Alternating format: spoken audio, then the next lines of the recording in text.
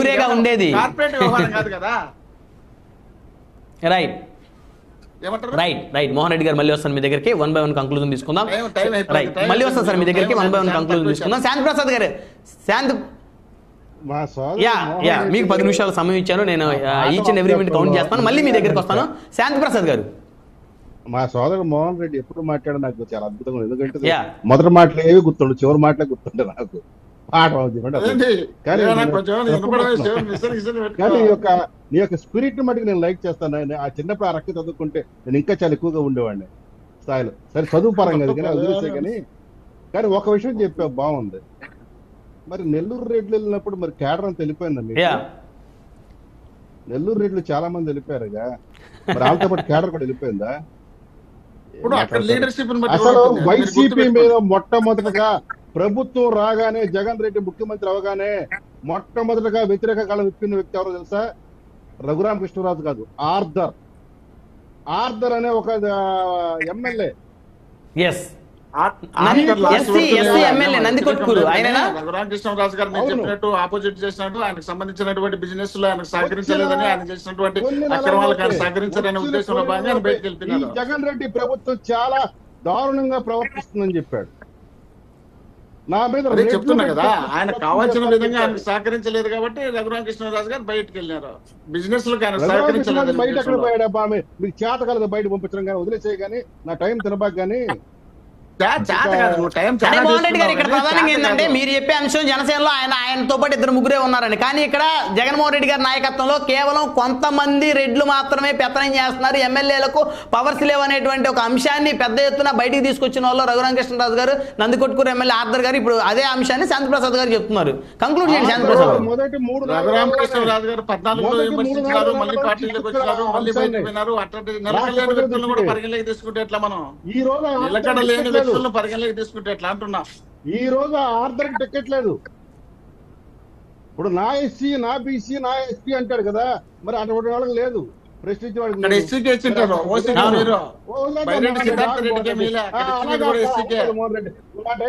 మోహన్ రెడ్డి ఇంతసేపు మాట్లాడారు కదా, టైం తినకపోతే నువ్వు నన్ను తింటావు.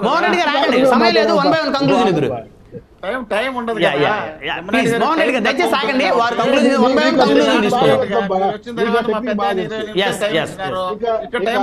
కంక్లూజన్ 1 by 1 అభిప్రాయం ఫైనల్ గా అందరూ చెప్పాల్సిన అంశం చెప్పారు. ఫైనల్ గా మీ అభిప్రాయాలు కంక్లూజన్ చేయాలి. శాంతి ప్రసాద్ గారు, ఆపరేషన్ ఆకర్ష్ గురించి మాట్లాడితే మార్చి 2 11:21 వైసీపీలో ఒక కీలకమైన వ్యక్తి నుంచి నాకు కూడా ఫోన్ వచ్చింది. జనసేన పార్టీలో కీలకంగా ఉన్న ప్రతి ఒక్కరికి ఫోన్లు వచ్చింది. వాళ్ళ మైండ్ సెట్ తెలుసుకొని వాళ్ళకి గేలం ఏమైనా ఆఫర్ చేస్తున్నారా? ఓన్లీ ఫోన్ లేనా సార్? వాళ్ళు ఎందుకు ఫోన్ చేశారో తెలుసు. మేము మొదటే ఖండించేసాం. ఇటువంటి ఫోన్లు ఇప్పుడు మా మోహన్ రెడ్డి లేదా ఇంక డిబేట్ లో పాల్గొనే వాళ్ళు ఫోన్లు చేస్తే మేము ఖచ్చితంగా గంటలు మాట్లాడతాం. ఎందుకంటే మాకేమి ఇతరత్ర భావాలు ఉండవు. తోటి ప్యానలిస్టులుగా మేము ఏదైనా మాట్లాడుకుంటాం. అవును, కానీ ఒక సోషల్ మీడియా అధినేత ఎవరి అభిప్రాయాలు వాళ్ళు చెప్తారు అంతే. YCP social media head phone చేశాడు. ఓకే, అంటే సజ్జల భార్గవ రెడ్డి గారా?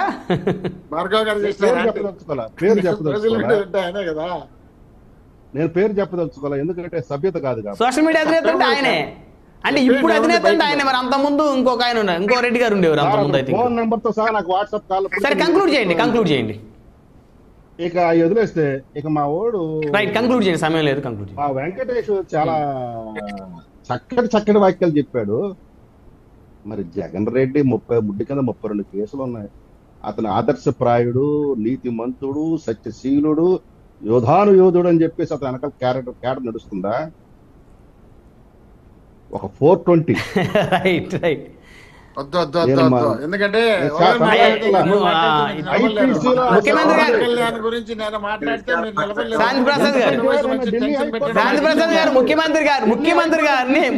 గారిని ఆ విధమైన భాష వద్దు. నువ్వు ముఖ్యమంత్రి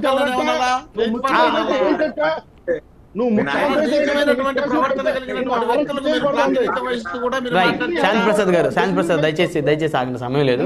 ముఖ్యమంత్రి గారిని గౌరవించుకోవాలి. ఆయన మీద కేసులు ఉంటే అవి అవి అవి కోర్టులు చట్టాలు వాటికి సంబంధించి నిర్ణయం తీసుకుంటాయి. సమయం లేదు. వెంకటేష్ గారు, సెంగళూరు వెంకటేష్ గారు, సమయం లేదు దయచేసి, సమయం చాలా తక్కువ ఉంది.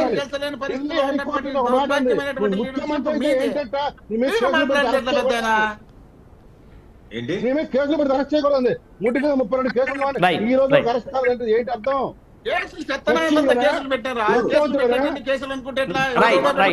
శాంతి ప్రసాద్ గారు సమయం లేదు. వెంకటేష్ గారు రెస్పాండ్ అవ్వండి. సెంగళూరు వెంకటేష్ గారు పొలిటికల్ స్పీచెస్ ఇచ్చే రైట్. శాంతి ప్రసాద్ గారు దయచేసి ఆగండి. శాంతి ప్రసాద్ గారు సమయం లేదు.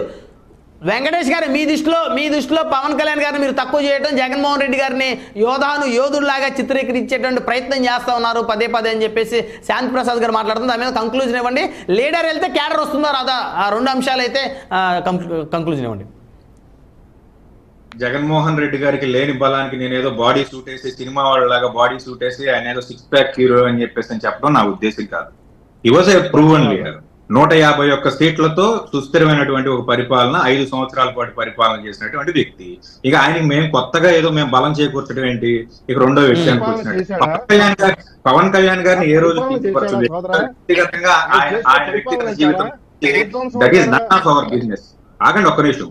పవన్ కళ్యాణ్ యొక్క వ్యక్తిగత విషయాల గురించో ఆయన ఫ్యామిలీ బ్యాక్గ్రౌండ్ గురించో మాట్లాడే స్థాయి మాది కాదు. మాకు అంత అవసరం కూడా మాకు లేదు.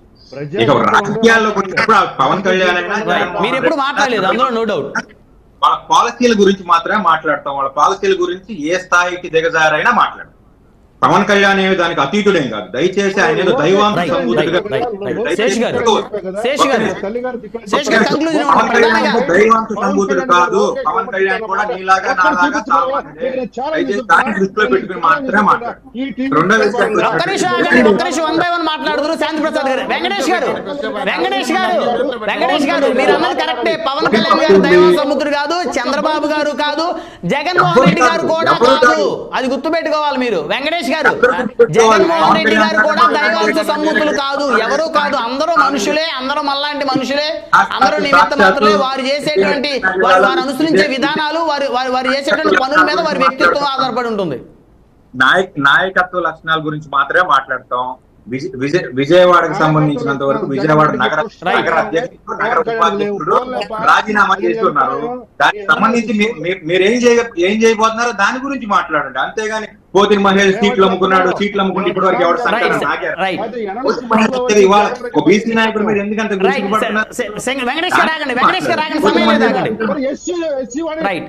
శేషు గారు కంక్లూజన్ ఇవ్వండి. శేషు గారు, ఉమ్మడి కృష్ణా జిల్లాలో 2 సీట్లు తెచ్చుకుంటే 2 సీట్లు పార్టీల గురించి సినిమా టికెట్ లాగా అమ్ముకున్న పరిస్థితి మీరెందుకు మాట్లాడతారు? మీరు బీసీల గురించి మాట్లాడేటప్పుడు ఒళ్ళు దగ్గర పెట్టుకుని మాట్లాడాలి, లేకపోతే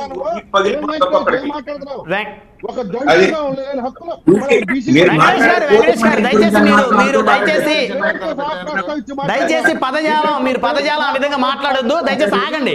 వ్యక్తిగతంగా వద్దు. వ్యక్తిగత దోషం లేదు ఇక్కడ. పాలసీల గురించి మాట్లాడండి, మీ సిద్ధాంతాలు మీరు చెప్పుకోండి, మీ పార్టీకి సంబంధించినటువంటి సిద్ధాంతాలు మీరు చెప్పుకోండి, కానీ వ్యక్తిగతంగా వద్దు. దాసరి శేషి గారు మీరు కంక్లూజన్ ఇవ్వండి. ఒక నిమిషం వెంకటేష్ గారు, సమయం లేదు, ఆగండి. శేషి గారు కంక్లూజన్ ఇవ్వండి. బీసీ నాయకులు కూడా పెద్ద ఎత్తున బీసీలు క్యాప్చర్ చేసే ఆలోచన వైసీపీ ఉంది. సో బీసీ ఓట్ బ్యాంక్ ఇప్పుడు జనసేనకి తెలుగుదేశానికి కీలకం. సో బీసీ ఓట్ బ్యాంక్ మీద టార్గెట్ పెట్టింది వైసీపీ. ఏ మేరకు సక్సెస్ అవుతుంది? ఒకటేనా బీసీలకి ఆగండి. శాంతి ప్రసాద్ గారు ఆగండి. శేష్ గారు కంక్లూజన్ ఇవ్వండి. బీసీల కోసం టార్గెట్ పెట్టుకుని వెళ్తా ఉంది. నా ఎస్సీ నా బీసీలు అనే కాన్సెప్ట్ లో వెళ్తా ఉంది. ఓటింగ్ కోసం వెళ్తా ఉంది, కానీ పదవులు ఇవ్వటంలో కానీ పవర్లు ఇవ్వటంలో కానీ వైసీపీ ఆ దిశగా పనిచేయలేదనే విషయం అందరికీ అర్థమైంది. ఎందుకంటే ఏలూరు వేదికగా ఆర్కృష్ణ గారిని తీసుకొచ్చి 2019లో 129 కార్పొరేషన్లు ఏర్పాటు చేస్తాను, కార్పొరేషన్ 1000 కోట్ల కింద నేను కేటాయిస్తాను, నిధులు విధులు కేటాయించి ఎవరైతే బీసీలు ఉన్నారో, అణగారిన వర్గాలు ఉన్నారో వారందరికీ కూడా అవకాశాలు ఇస్తాను. నామినేటెడ్ వర్క్స్ లో కానీ నామినేషన్ మీద ఇచ్చే వర్క్స్ లో 50% ఇస్తానన్నాడు. ఎక్కడా కూడా విమలు కాలేదు. 56 కార్పొరేషన్లు పెట్టాడు, ఎక్కడ రూపాయి ఇచ్చింది లేదు, ఎవరికి ఏమి చేసింది లేదు. ఈవెన్ బీసీల సీట్లు కూడా ట్రాన్స్ఫర్లు చేశాడు. రెడ్ల సీట్లు, ఓసీల సీట్లు అన్ని అక్కడే ఉంచాడు. బీసీల సీట్లు మాత్రం ఈ జిల్లా నుంచి పక్క జిల్లాలకి ఎస్సీల సీట్లు మాత్రమే మార్చిన నేపథ్యంలో పైగా మీరు చూడండి, ఏదైతే 5 జోన్లు ఉన్నాయో 5 జోన్లకు సంబంధించి విజయసాయి రెడ్డి గాని, సుబ్బారెడ్డి గాని, లేకపోతే రామకృష్ణారెడ్డి గారు కానీ, మిథున్ రెడ్డి గారు కానీ, లేకపోతే పెద్దిరెడ్డి గారు కానీ, ఇలా రెడ్డిల్ని సామంతరాజులుగా పెట్టాడు. కానీ ఏ ఒక్క బీసీకి అయినా ఆ స్థాయి పవర్లు ఇచ్చాడా? ప్రజలంతా కూడా గమనిస్తా ఉన్నారు. ఏదైతే 34% ఉన్న రిజర్వేషన్ Right. 24% మోహన్ రెడ్డి గారు రెస్పాండ్ అవ్వండి. మోహన్ రెడ్డి గారు రెస్పాండ్ అవ్వండి. డెఫినెట్ గా బీసీలంతా కూడా కూటమి వైపు ఉన్నారు. ఎందుకంటే రిజర్వేషన్ పెంచుతామన్నారు. కార్పొరేషన్ మోహన్ రెడ్డి గారు రెస్పాండ్ అవ్వండి. కంక్లూజన్ ఇవ్వండి. రెస్పాండ్ అయ్యి కంక్లూజన్ ఇవ్వండి. ముందడుగేస్తా ఉన్నారు. బీసీ ఎస్సీ ఎస్టీలకు సంబంధించి 100 సీట్లు ఇచ్చినటువంటి ఏకైక పార్టీ ఆంధ్రప్రదేశ్ లో వైఎస్ఆర్ కాంగ్రెస్ పార్టీ మాత్రమే ఎక్కడా లేరు. అది గుర్తుపెట్టుకొని మాట్లాడాల్సిన అవసరం ఉంది. రెండోది బీసీలకు ఏ నిధులు కేటాయించలేదు కాదు, బీసీలు కార్పొరేషన్లు ఇచ్చి చరిత్రలో ఇంతవరకు బీసీలు ఎక్కడెక్కడ ఎవరెవరు ఉన్నారని బయటకు తీసినటువంటి ఏకైక ముఖ్యమంత్రి జగన్మోహన్ రెడ్డి గారు. వీళ్ళు చెప్తున్నారు 23 మంది ఎమ్మెల్యేలు కొని రాష్ట్రంలో బీసీలకు మేలు చేసినాడు కాబట్టి బీసీలు మొత్తం జగన్మోహన్ రెడ్డి గారు చుట్టూ తిరుగుతున్నారు కాబట్టి 175 టార్గెట్ పెట్టారు కాబట్టి వీళ్ళు భయపడిపోయి అన్ని పార్టీలు కలుపుకొని వీళ్ళు ముందుకు వస్తున్నారు తప్ప వీళ్ళు ఈ రాష్ట్రంలో నిలబడే పరిస్థితులు లేరని వాళ్ళకి భయం ఉంది కాబట్టి వాళ్ళు ఆ విధంగా మాట్లాడుతున్నారు.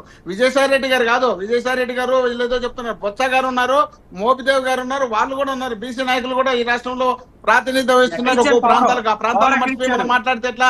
వీళ్ళు తెలుగుదేశం పార్టీ ఉన్నప్పుడు సుజనా చౌదరి, సీఎం రమేష్ వీళ్ళు తప్ప ఇంకెవరూ లేరు. అది గుర్తు పెట్టుకోకపోతే వాళ్ళు బీజేపీలోకి కేసులు పెట్టుకోవడానికి, కేసులు నడుపుకోవడానికి తెలుగుదేశానికి జనసేనకి కంచుకోవట్లాగా ఉండాలి ఉండేటువంటి బీసీ లీడర్లు అయితే చంద్రబాబు నాయుడు గారు చంద్రబాబు నాయుడు గారు కూడా ఆపరేషన్ ఉన్నారు. కేసులు ఉన్నాయనే భయంతో బీజేపీతో అలయన్స్ లో పెట్టుకొని బీజేపీతో ఆయన కూడా ఆకర్షణలో దాన్ని దృష్టిలో పెట్టుకుని మాట్లాడాల్సిన అవసరం ఉంది. పవన్ కళ్యాణ్ గారు ఎప్పుడు ఆకర్షించినారు. ధన్యవాదాలండి. చర్చలో పాల్గొన్నందుకు. సమయం లేదు. శాంతి ప్రసాద్ గారు జనసేన పార్టీ నాయకులు, సెంగళూరు వెంకటేష్ గారు రాజకీయ విశ్లేషకులు, మోహన్ రెడ్డి గారు వైఎస్ఆర్ కాంగ్రెస్ పార్టీ రాష్ట్ర కార్యదర్శి, దాసరి శేషు గారు తెలుగుదేశం పార్టీ రాష్ట్ర అధికార